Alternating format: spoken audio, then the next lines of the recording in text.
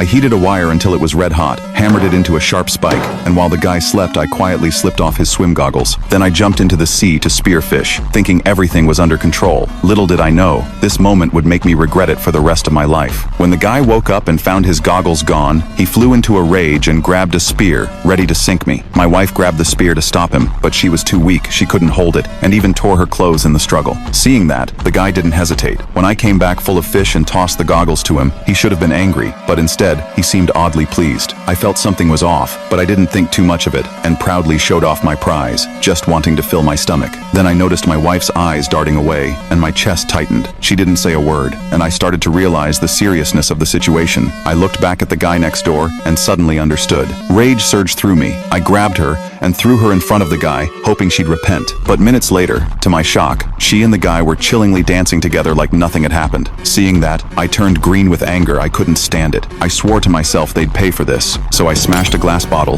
ground down the bottom, glued it to the neck, softened a plastic bottle over a flame, cut it open, and sealed the mouth with black rubber, made a makeshift diving mask. I couldn't wait and dove in. Underwater was clearer than I expected. Excited, I planned to spear a few big fish to spite them, but then I spotted a sunken dinghy. It only had a small hole fixable. My mind lit up. Repair that boat, and I could get off this island. I abandoned the fishing idea, took off the goggles, and started hauling the boat. Walking in water is brutal. Pulling a boat heavier than me nearly exhausted me. I gasped for air, kept going, terrified the tide would wash it away. Finally, I dragged the dinghy up onto shore. The guy saw it and seemed to realize this might be our way out. He ran over to help, but I barked at him to stop. He'd humiliated me before, now he had the nerve to cozy up to me? No way. For days I worked on the boat, dreaming of leaving the island. Then my wife came to apologize, saying she did what she did to survive and begging me to take her when the boat was ready. I wasn't stupid. I didn't buy her one-sided excuse and turned away in anger. Not long after, the boat was fixed and even had a sail. Seeing the guy busy, I grabbed my spear, planning to catch a few more fish for provisions. But as soon as I hit the water, I sensed something was wrong. I surfaced and saw they had already loaded all their stuff into the dinghy. They were trying to steal my boat. Fury boiled over. I sprinted to the shore, trying to stop them, but it was too late. They'd pushed the boat into the water. I chased after them but couldn't catch up, and could only roar on the beach. Watching them sail away,